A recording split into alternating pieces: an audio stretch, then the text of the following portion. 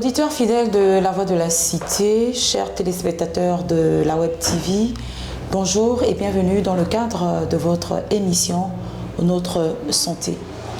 Ne dit-on pas que la santé n'a pas de prix? La santé est le bien le plus précieux pour une vie épanouissante. Aujourd'hui, pour ce premier numéro, La Voix de la Cité, nous sommes ici au centre de santé de Mindoubé, c'est dans le 5e arrondissement de la commune de Libreville. Docteur, bonjour. Bonjour madame. Vous êtes le médecin-chef ici même au centre de santé de Mindoubé. Oui, madame. Parlez-nous de sa création et des différents services qui renferment. Déjà, merci beaucoup pour la parole. C'est vraiment une bonne initiative que vous avez eue de venir au sein de nos centres de santé. Donc, c'est vraiment le moment pour nous de faire connaître notre structure, même si on a déjà quand même une certaine affluence. Ouais. Je m'appelle Dr Dioundou Dikombile Emeline Audrey. Je suis médecin généraliste. Donc, je suis au centre municipal de Mindoubé depuis son inauguration en juin 2022. Aujourd'hui, ça va faire 2 ans. Et bientôt, nous sommes dans la 3e année de notre activité proprement dite. C'est un centre qui existe depuis longtemps, mais qui n'était pas encore prêt. Donc c'est vraiment en 2022 que les choses se sont faites pour qu'on puisse enfin commencer à travailler. Voilà. Et donc depuis juillet 2022, nous avons commencé à travailler. Voilà. Et donc, quels sont les différents services? Déjà, nous avons le plus grand service, c'est le service de consultation externe de médecine générale. Donc, il y a 2 médecins, moi et une collègue, Dr Abedang. C'est nous qui gérons un peu toutes les pathologies de médecine générale, c'est-à-dire qu'on fait des consultations de la petite enfance jusqu'à l'âge adulte. Et quand nous sommes dépassés, nous transférons les malades chez les spécialistes pour une meilleure prise en charge. D'accord. Voilà, nous avons aussi le service de gynécologie. D'accord. Nous avons un gynécologue qui travaille 2 fois par semaine, les mardis matin et les jeudis en après-midi. Donc, elle s'occupe de la femme. Et toujours dans cette voie-là, nous avons des sages-femmes. Donc, c'est le service de prise en charge de la femme et de l'enfant. Donc, les sages-femmes, pourquoi? Parce qu'elles vont faire le suivi de grossesse et le suivi postnatal. Voilà, c'est-à-dire qu'après avoir suivi la femme pendant les 9 mois de grossesse, parce que nous, dommage, nous ne faisons pas accoucher, donc la femme va aller accoucher plus proche de chez elle, ça dépend de la structure.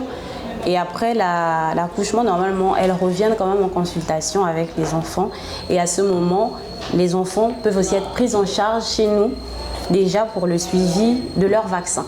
C'est-à-dire après le vaccin qui est fait souvent à la naissance, dans leur structure, là où le bébé est né. On vient continuer les vaccins selon le programme établi par le programme élargi de vaccination.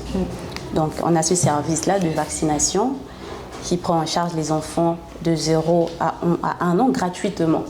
Voilà, donc les vaccins ne sont pas payés, c'est des vaccins qui sont pris en charge par l'État puisque c'est le programme qui nous envoie les vaccins. Il y a des vaccins justement qui sont dans le programme et après c'est vrai qu'il y a d'autres vaccins qui sont recommandés. Et ces vaccins recommandés-là revient à la charge des parents. Voilà.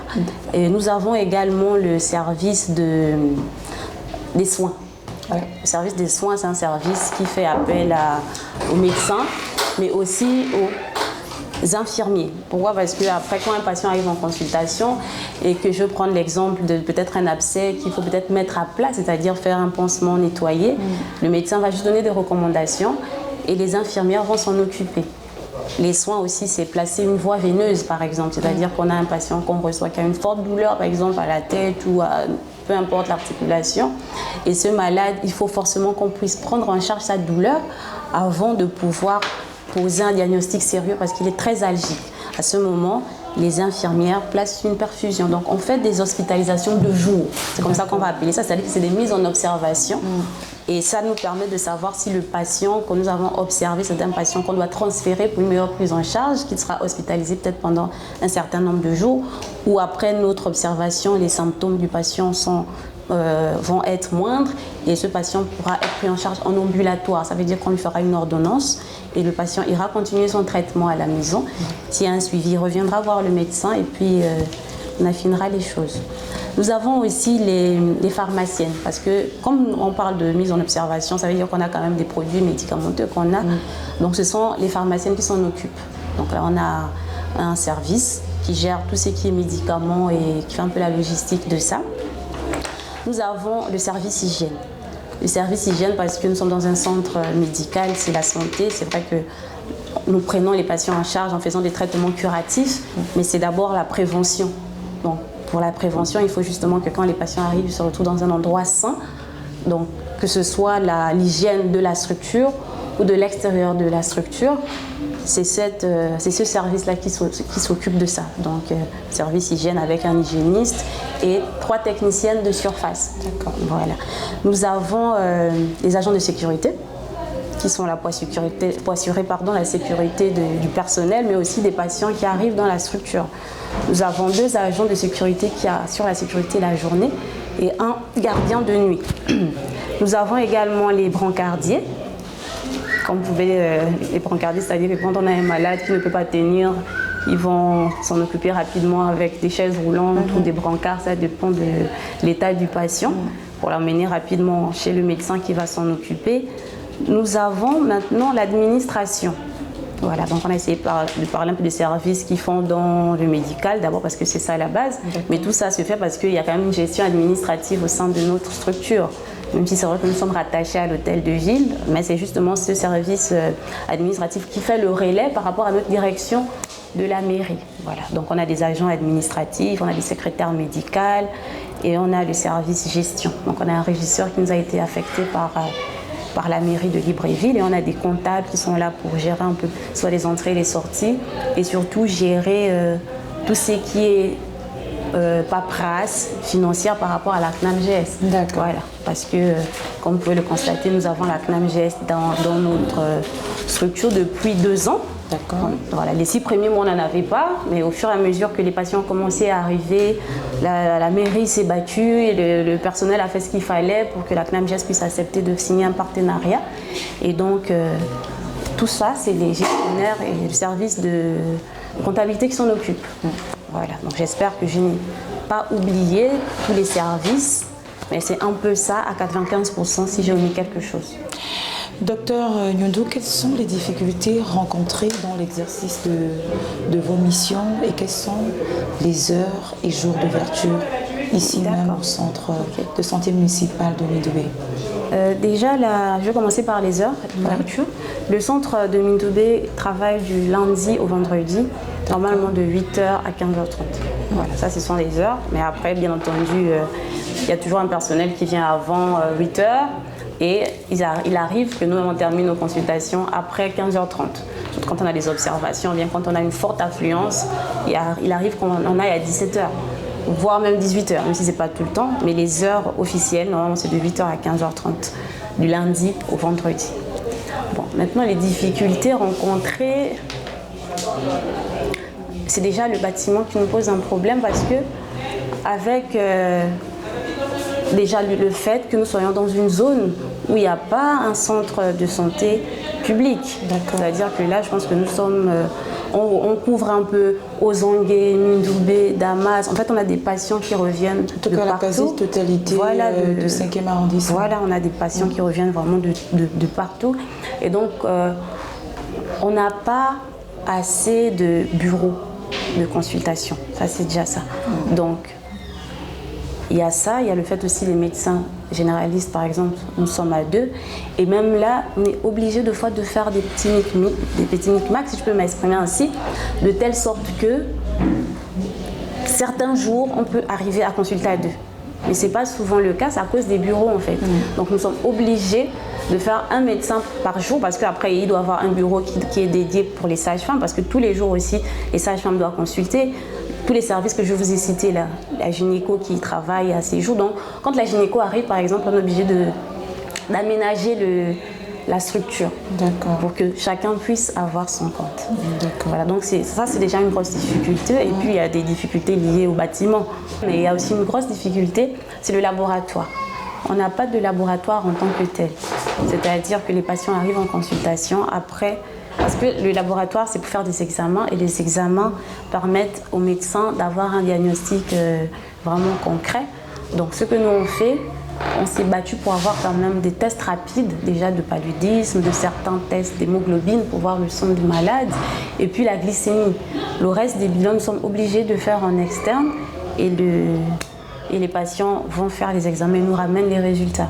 Donc imaginez si on avait un laboratoire qui permettait quand même d'analyser certains bilans, ça devait faciliter la prise en charge du malade et le parcours du patient qui n'aurait pas besoin d'aller d'abord là-bas, de revenir, de tourner, même si ce n'est pas tous les examens qu'on aura, mais si on avait quand même un strict minimum, je pense que les choses devaient être améliorées dans la prise en charge du patient.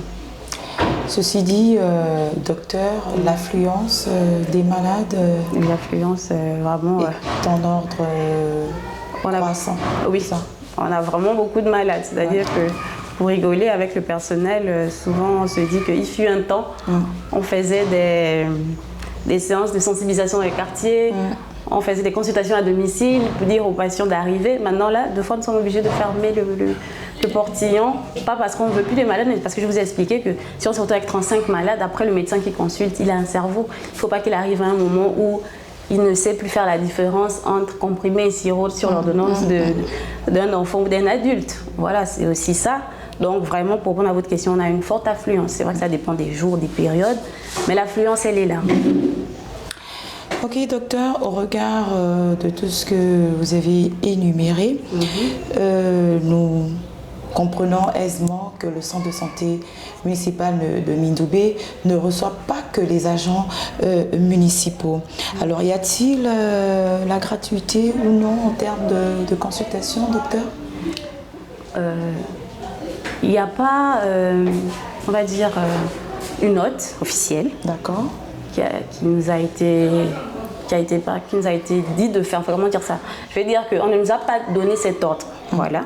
Donc, par contre, quand un patient, agent municipal arrive et qu'il est dans l'incapacité de payer la consultation, parce qu'il faut se signaler que la consultation avec la CNAMGES c'est 600. D'accord. Et 600 francs chez le médecin généraliste, 1000 francs chez la gynéco. En tout cas, s'il y a d'autres spécialités, c'est 1000 francs chez les spécialistes, 600 chez la gynéco. Et tenez-vous bien, pour un agent municipal ou peu importe, qui vient pour accoucher, c'est 0 francs, c'est à la CNAMGES.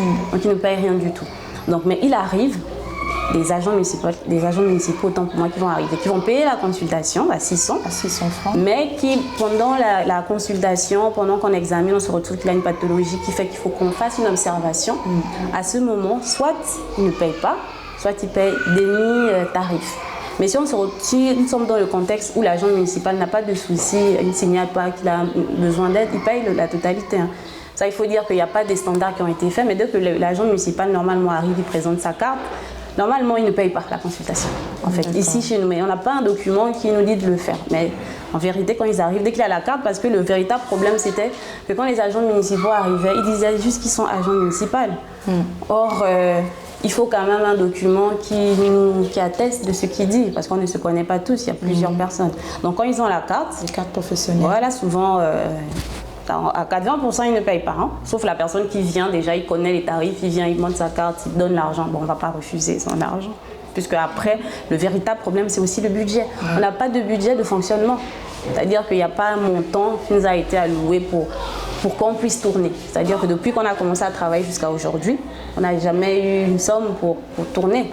Donc, c'est les consultations, déjà que la majorité, on va dire 80% est reversée à la mairie, au trésor. Donc on va dire que quand nous sommes devant un problème et qu'on a des sous, on essaye de le résoudre immédiatement pour éviter de freiner la gestion de la structure. Voilà, je pense que s'il y avait des budgets peut-être alloués pour ça, on ne devait même pas réfléchir. L'agent municipal arrive, on le prend en charge du début jusqu'à la fin, sauf peut-être l'ordonnance, parce qu'on n'a pas des médicaments par voie orale, c'est plutôt des médicaments injectables. D'accord. Donc ça aussi, je profite à dire que c'est aussi un problème, le budget. Voilà. Ok, docteur, qu'avez-vous à dire aux populations du 5e arrondissement? J'aimerais dire aux populations du 5e arrondissement que nous sommes là depuis 2 ans. Malgré le fait qu'on a déjà une forte affluence, je pense qu'il y a quand même une minorité de personnes qui ne maîtrisent pas là où est localisée la structure, parce qu'on n'a pas une pancarte de signalisation vraiment qui montre une pancarte avec en bonne et due forme. Oui. Donc il y a des gens qui passent, mais qui savent qu'il y a un centre de santé parce qu'il y a l'affluence, parce qu'il y a des gens. Donc qu'est-ce que je vais dire aux personnes, aux populations du 5e arrondissement? La mairie de Libreville a mis en place une structure hospitalière pour aider à désengorger les grands centres hospitaliers. C'est-à-dire, c'est plus la peine d'aller faire 5 heures, 6 heures, 10 heures de temps aux urgences de l'hôpital général, par exemple. Si ce n'est pas un cas très urgent, venez à Mindoubé, on va vous prendre en charge. Et s'il faut qu'on vous transfère, on facilitera les transferts. Donc, c'est plus la peine d'aller loin, alors que vous avez un centre de santé à côté. Le personnel de ce centre est là pour vous servir. Donc, nous sommes là, on vous attend. On fera les choses comme on a commencé à faire et on fera les choses bien. S'il y a des choses à améliorer, on améliorera au fur et à mesure de notre exercice. Mais nous sommes là pour vous. Voilà, chers auditeurs de La Voix de la Cité, chers téléspectateurs de la Web TV, nous sommes arrivés au terme de votre émission Notre Santé qui était axée essentiellement sur la présentation du centre de santé municipal de Mindoubé. Nous remercions le docteur, le médecin-chef de ce centre de santé qui n'est autre que Madame Audrey Djoundou Kombil. Nous remercions également le directeur général de la santé, voilà, de la mairie de Libreville qui nous a permis de réaliser cette émission en la personne de M. Pierre Célestin Angoué. Je vous remercie.